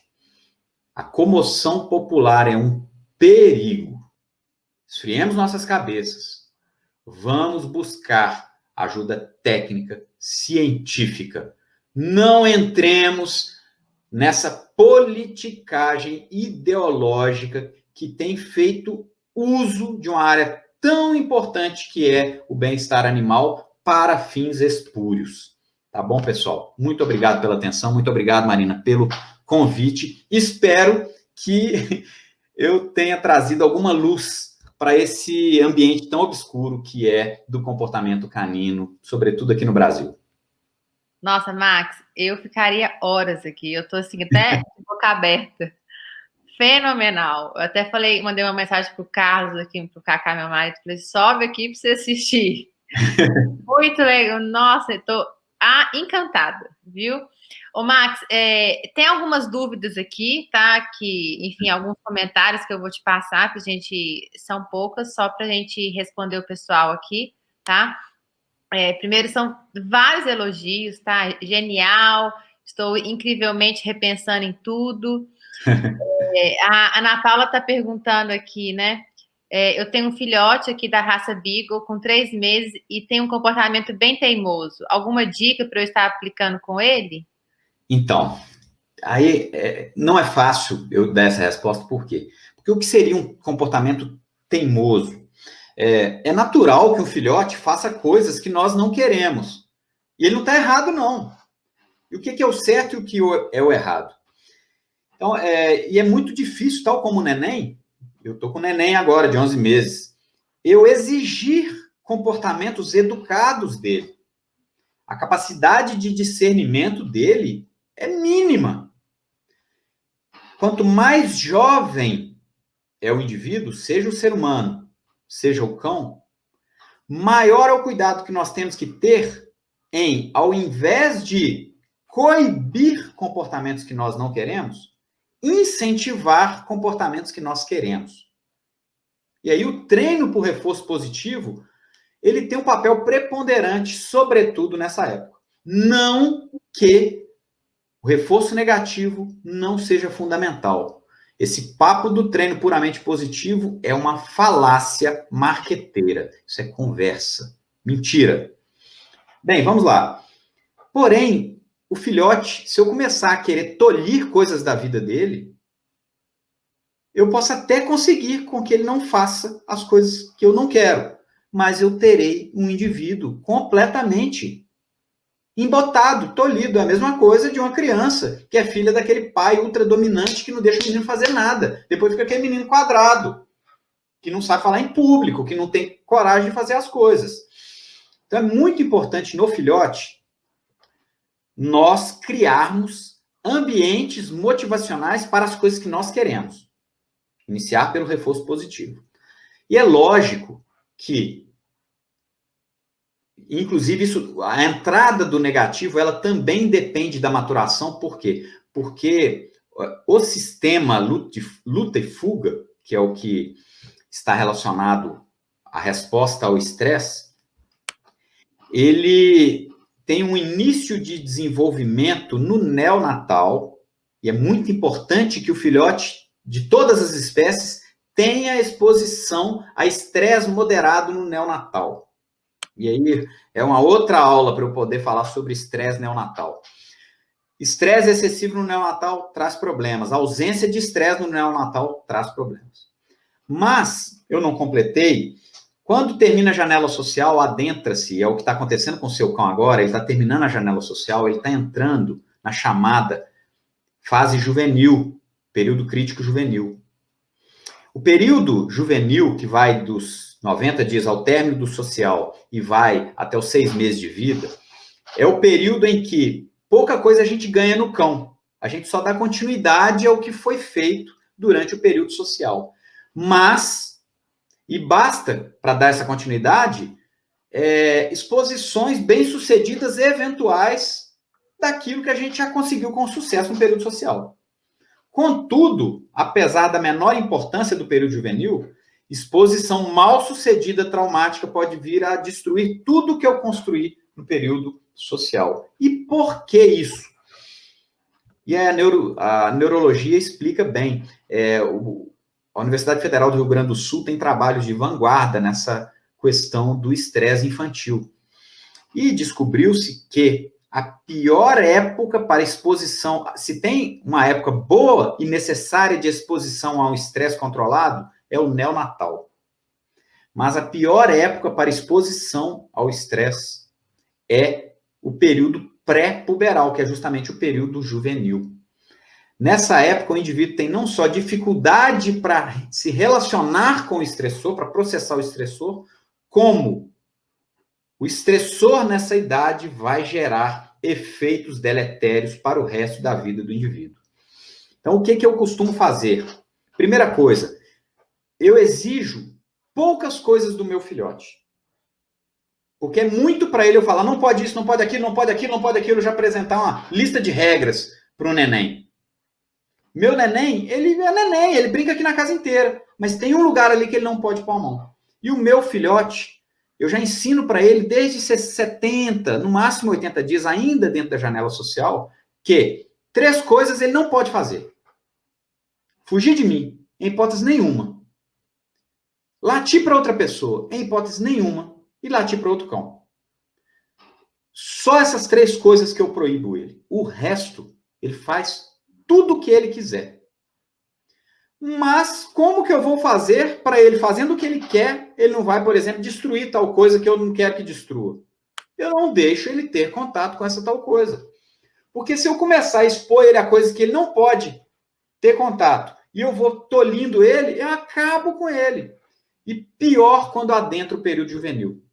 Entrar com correção no período juvenil é uma catástrofe. Então, se temos que entrar com impedimentos, com coibições, primeiro, vamos escolher um número muito pequeno de coisas muito claras que nós vamos intervir e falar, isso aqui não pode. Quanto menos, mais fácil é dele entender. Nós, antes de entrar com isso, nós temos que criar um número muito grande de coisas legais que ele vai ser recompensado. Tá. E as coisas que não tem jeito, eu não vou deixar ele ter contato. Basicamente, é isso. Eu sei que eu não solucionei seu problema, mas eu quero te trazer uma luz. Começar pelo positivo sempre.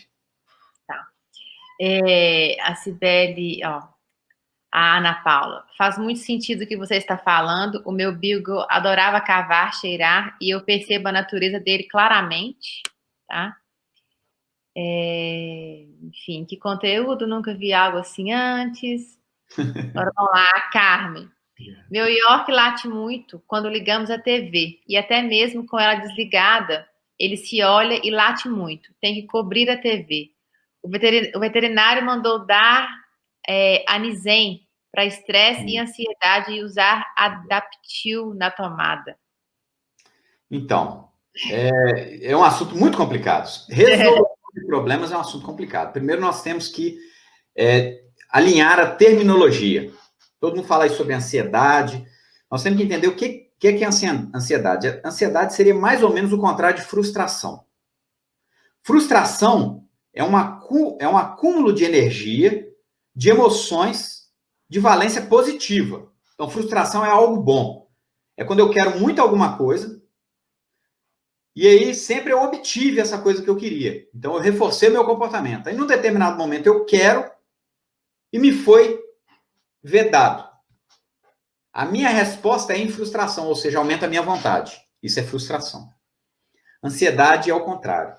Ansiedade é uma antecipação do medo. Antecipação de coisas ruins. Por exemplo, eu vou ter um teste tal dia, uma prova tal dia,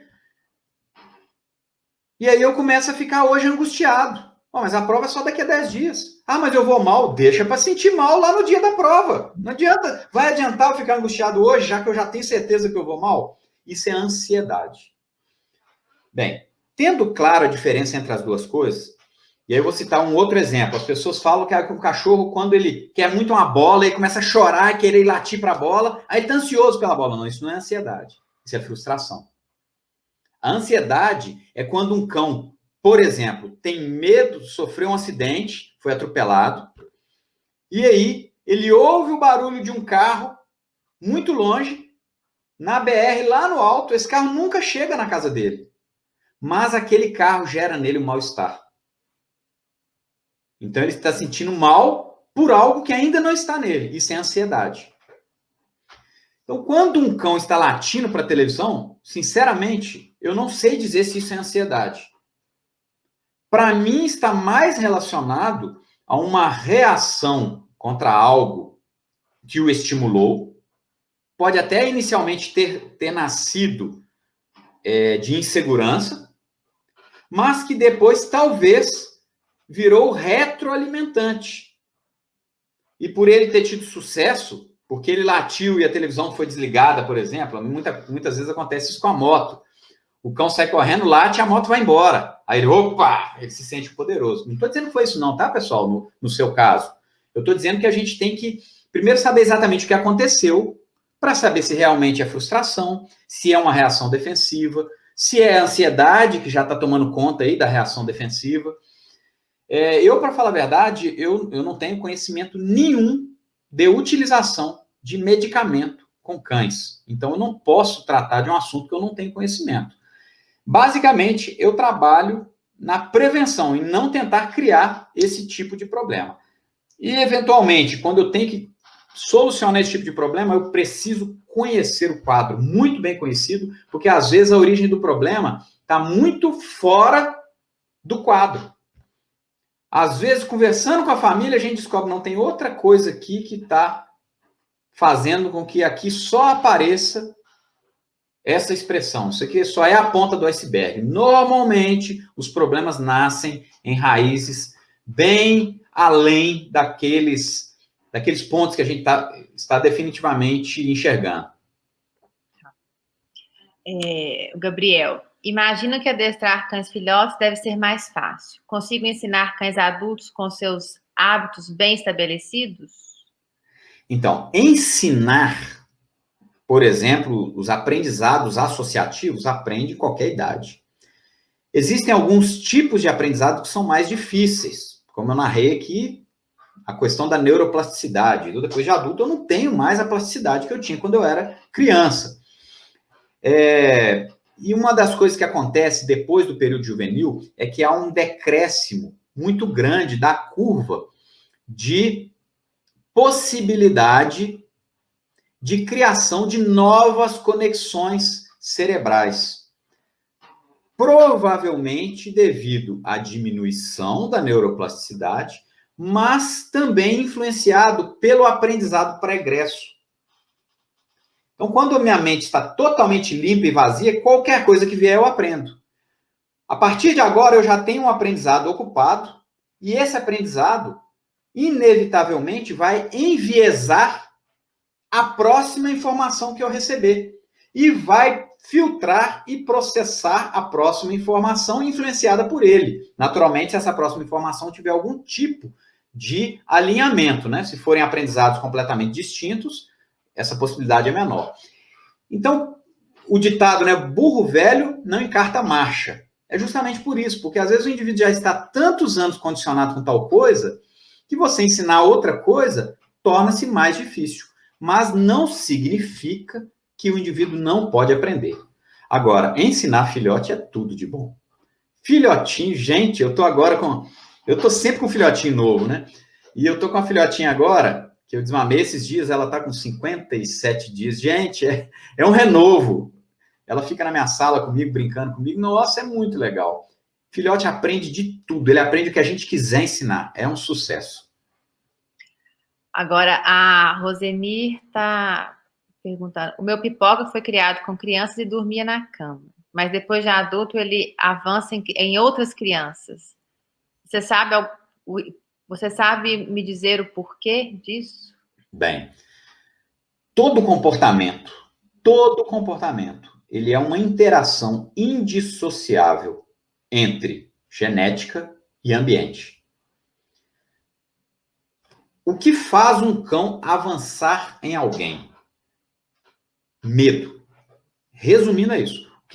Isso aí é uma expressão do acionamento do chamado centro da luta ou fuga. Não existe a possibilidade de um cão atacar alguém sem que isso seja, nem que inicialmente, sido desencadeado pelo medo.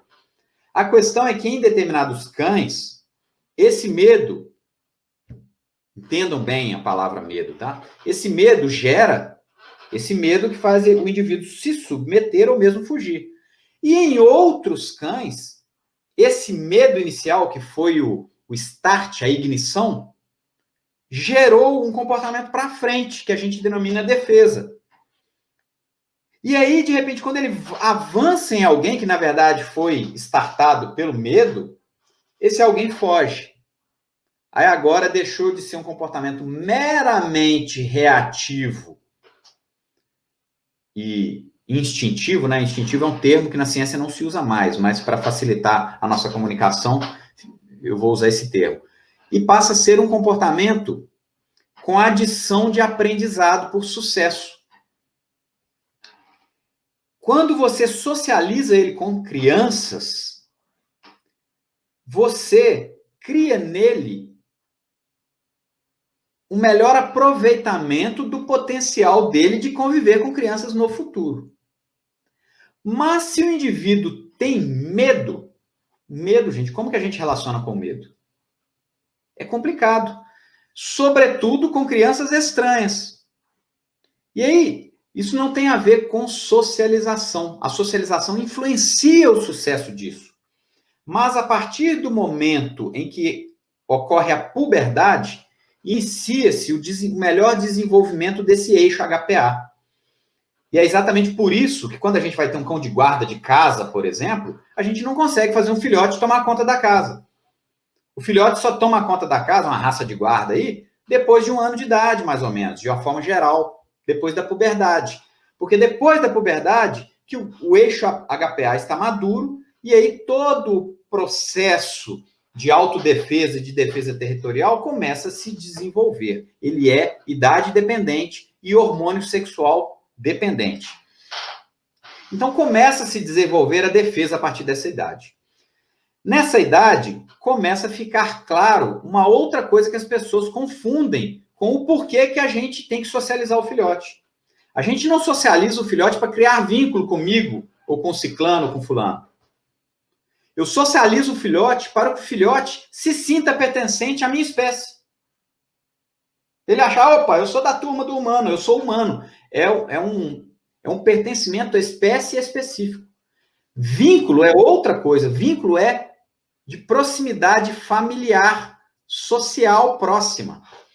Então, a partir da puberdade, o indivíduo vai expressar uma predisposição genética, caso ele tenha, para se defender ou defender o território dele, que não tem a ver com a socialização, apesar de ser influenciado.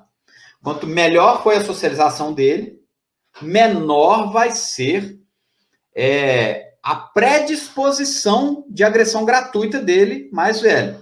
Mas não quer dizer que a socialização vai anular isso completamente em todos os indivíduos, porque tem indivíduos que têm esses genes voltados para a autodefesa tão fortes que lá na frente eles vão se defender. Mas aí eles vão se defender contra pessoas não familiares. Não sei se é o caso que você narrou aí. Então, isso aí não pode ser considerado um problema, não. Mas é uma característica genética. É uma característica genética que, para algumas pessoas, é tida como desejável, sobretudo, é tida como desejável na seleção genética dos criadores nos países subdesenvolvidos, por incrível que pareça. A gente não vê esse tipo de característica sendo selecionada nos países com grande tradição na vida com cães. A gente não vê, por exemplo, isso sendo algo desejável na Alemanha, na Bélgica, na Holanda, na Finlândia, na Dinamarca. Esses países, que são os países mais tradicionais no mundo na vida com cães, e é lógico, na compreensão do comportamento canino, querem cães geneticamente sociáveis. Os cães, tanto que as raças mais famosas de guarda do mundo vêm justamente do leste europeu, do Kosovo, da região do Cáucaso, etc. Por quê? Porque isso é uma característica que está relacionada ao medo. Isso não faz bem para o cão. Um cão que avança em todo mundo, e a gente vou pegar o quadro típico daquele pincher, né? Que vai ficar latindo o dia inteiro. Aquilo ali não faz bem para ele. Não, no decorrer da vida dele, isso não faz bem para ele, porque cada vez que ele avança em alguém, ele tem uma descarga de cortisol. E cortisol, exposto a vida inteira, é problema. Então, isso é uma característica que você vai ter que conviver com ela, porque é desencadeada por uma predisposição genética e é alimentada pelo sucesso que ele tem, porque toda vez que ele avança, a pessoa foge. E aí ele é igual um menino que era franzino e apanhava de todo mundo. Aí, de repente, ele cresceu, partiu para cima de um, fugiu, pronto, ele virou valentão e agora ele quer bater em todo mundo, por aprendizado. Acho que tem só mais uma aqui, duas, a Cibele. Tirar, então, cães da rua e habituar horários com a quantidade de comida seria péssimo, então. Né? Péssimo, péssimo. Do ponto de vista comportamental, com sustentação científica, é péssimo. O cão na rua ele está muito mais feliz do que na sua casa. Se for para fazer assim em casa. E aí, um dos desdobramentos que eu quero levar para o meu experimento é criar protocolos de atividades para cães em abrigos. E já me deparei com alguns resultados difíceis no meu experimento, porque uma das coisas que eu vi no meu experimento é que, apesar do treino reduzir drasticamente o cortisol, em todos os cães que treinaram, uma das sessões de avaliação do meu treino foi o mesmo treino com os mesmos cães sendo conduzido por pessoas estranhas. E olha que são todos cães geneticamente sociáveis e foram criados, socializados a vida inteira e até treinaram com as pessoas. Mas quando você vai ver o resultado hormonal, alguns cães teve até subida de cortisol. Na mesma atividade que com o proprietário dele, ele teve decréscimo de cortisol. Não sei se influenciado talvez até pela ocitocina. Então, isso é algo que vai me dar subsídio para quem sabe lá na frente a gente desenvolver algum tipo de protocolo para cães de abrigo. Por quê? Porque o cão no abrigo, ele não vive feliz igual ele vivia na rua. Na rua, ele é o gestor do próprio sucesso. Isso pode ser também uma das respostas por que o cão de antigamente que comia angu vivia mais. Menos exposto a cortisol. Muito provavelmente. Né? Então, assim, vários elogios aqui. Nossa Senhora. Meu Deus, tadinho do meu doguinho, agora eu consigo entender o comportamento dele, eu fiz tudo errado. Mas todos nós, eu também durante muitos anos fui assim, gente. Isso aí é um processo de aprendizado. Falando que saiu realmente, parece que foi na contramão de tudo. Tá todo mundo assim, elogiando muito. Tô boba, uau, que interessante. Então é isso, Max. Mais uma vez, muito obrigada. Eu também tô aqui de queixo caído, tá? Nossa Senhora, eu fiz tudo errado. Eu também fiz tudo errado a vida inteira. Eu fiz tudo errado, eu faço tudo errado. Mas, ô Max, o pessoal, quem quiser alguma consultoria online, alguma coisa, você disponibiliza esse tipo de trabalho? Eu tenho vários sistemas de ensino, de auxílio. Aí, entrando lá no meu Instagram ou no meu Facebook, consegue contato lá comigo, eu encaminho para cada atividade mais adequada para cada um. Tá jóia. Então, gente, muito obrigado. Muito obrigado, Max. Fica com Deus aí, tá? E um ótimo final de semana para todo mundo. E espero ter ajudado bastante aí esse conteúdo para os tutores, né? Com certeza. Muito obrigado a todos. Então tá. Um abraço, gente. Boa noite. Boa noite. Boa noite.